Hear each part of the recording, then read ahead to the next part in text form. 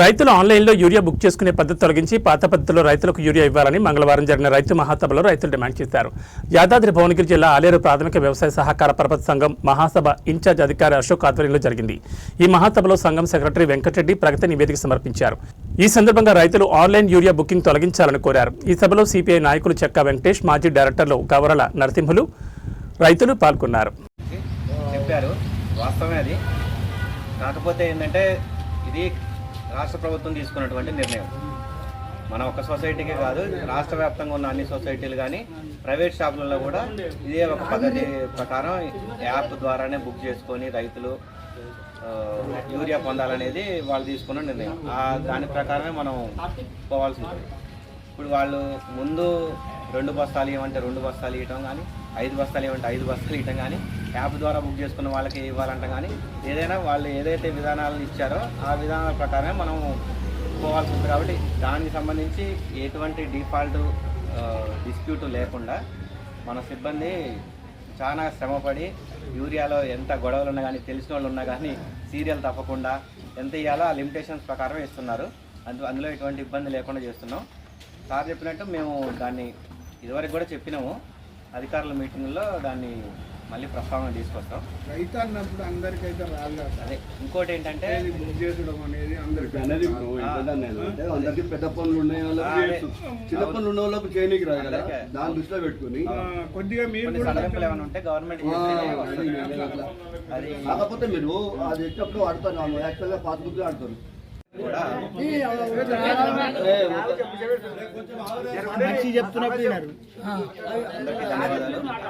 మీ సంఘానికి సంబంధించినటువంటి ఈ 6 నెలల కాలంలో జరిగినటువంటి జమా ఖర్చులన్నింటినీ కూడా మీకు వివరించడం జరిగింది. అలాగే మీకు సంబంధించి సంఘం చేసే సర్వీసుల గురించి కూడా తెలియజేయడం జరిగింది. మీరు కూడా మీ యొక్క సమస్యల్ని క్లోజ్ అయినప్పుడల్లా మనం రైతుకి ఇచ్చినప్పుడల్లా మనం క్లోజ్ చేస్తాం. దాన్ని దీర్ఘకాలిక అప్పుల కింద 50,52,000 సందర్భంగా తెలియజేస్తూ ఇక్కడ మన వర్కర్గా పనిచేసిన మధుకు మనం అందరం కూడా ఒకసారి నివాళులు అర్పిద్దాం. ఏంటంటే చాలా ఆయన మీరందరూ ఒకసారి మార్జిన్ అకౌంట్ ఓపెన్ చేసిన తర్వాత మొత్తం మన మార్జిన్ అకౌంట్లోకి వెళ్ళి వాడుకోవాలి జీతాలకి. ఇట్లా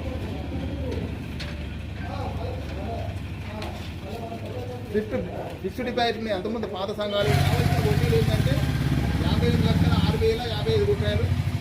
తమిళ సంఘంలోకి రావాల్సిన దీర్ఘకాలిక అప్పులు 9,95,28,891 రూపాయలు సభ్యులుంటారు. భారీ ప్రాజెక్టులు చేసేటప్పుడు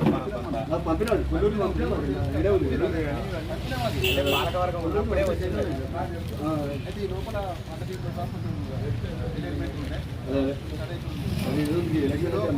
ఇప్పుడు కొత్త పాలకవర్గాలు వచ్చిన తర్వాత మళ్ళీ సంఘం ఇది కొట్టొచ్చినట్టు కనబడుతుంది అనేది మేము భావించినాం.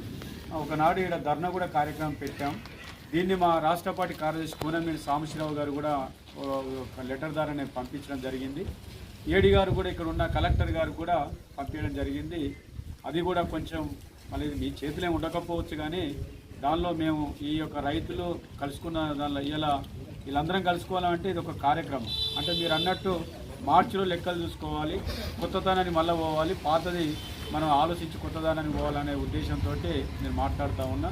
దీనిలో ప్రధానంగా నాకు తెలిసిన వరకు ఇక్కడ శ్రీనివాసరెడ్డి గారు కానీ, వెంకరెడ్డి గారు కానీ, ఇంతకుండా ఉన్న మాదిళ్ళందరూ కూడా మంచి వర్కర్స్. ఏంటంటే ఈ చెయ్యట్టు ఆ చేయన్నట్టు మనం అందరం కూడా కోపాలు ఉన్నా, ఏది వచ్చినా లైన్ ఉన్నా లేకుండా సమాధానం చెప్పి వాళ్ళను మంచి విషయాలను పంచడానికి ప్రయత్నం జరుగుతుంది. నేను దాదాపు చాలా రోజులు చూస్తూ ఉన్నా. దీనికి మనం ప్రధానంగా ఈ యొక్క ఐకేపీ సెంటర్ ఒడ్లు కొనేదారా సరే, ఇక యూరియా అంటే ఒక్కొక్క టైంకు లోడ్స్ కేంద్ర ప్రభుత్వం పంపించే పరిస్థితులు ఉన్నప్పుడు మనం ఏం చేయలేం. వచ్చిన యూరియాను ముఖ్యంగా ఈ వడ్ల సీజన్ వచ్చే వరకు ఏమవుతుందంటే లారీల ప్రాబ్లం, గన్ని బ్యాగ్ ప్రాబ్లం బాగా ఉంటుంది. ఇప్పుడు ఏ మీటింగ్లో కూడా మేము చెప్తాం కానీ వాళ్ళు ఆ అంటే చెప్తారు, ఇటుకెళ్ళి పోగానే ఆ పాత బ్యాగులు పంపిస్తాం. ఆ పాత బ్యాగులు ఏమవుతుందంటే 40 కిలోలు దొరుకుతారు, దొరికిన కాళ్ళు వేసుకుంటారు. ఇక పొక్కలేట్ పోతూ ఉంటాయి. రైస్ మిల్ పోయినాక వాడు కాంటాక్ట్ చేసుకుంటే 5 బ్యాగులు తక్కువ వచ్చినాయి, 6 బ్యాగులు తక్కువ వచ్చినాయి, 7 బ్యాగులు తక్కువ వచ్చి కొత్త పెడుతుంది. అట్లా చాలాసార్లు జరిగితే ఒకసారి నేను శివం మిల్లు పోయి రాగిరి దగ్గర పెద్ద ధర కూడా ఇవ్వాల్సి వచ్చాడు. నేను రోడ్డు మీద కూర్చున్నాడు, ఆ మిల్లు మీద ముంగట్టే కూర్చున్నాం, కలెక్టర్ ఆఫీస్ ముంగట్టే ఉంటాడు. ఆ సార్ ఒక్కొక్క లారీకి 20 బస్తాలు 30 బస్తాలు కట్ చేసిన రోజులు కూడా ఉన్నాయి. ఇట్లా ఇక ఆ రోజు వారు ఏమనుకున్నారు, ఇక మా సెంటర్ ఒకటి కట్ చేయకుండా అయిపోయింది. ఇక వేరే సెంటర్లో కొల్లూరు కానీ గొడవక్కడ కూడా కట్ చేస్తూ పెట్టింది. ఇక టర్మ్ అయిపోయినాక మళ్ళీ టర్మ్ కూడా ఒకటి మేము డైరెక్ట్ కలెక్టర్ గారికే చెప్పాము.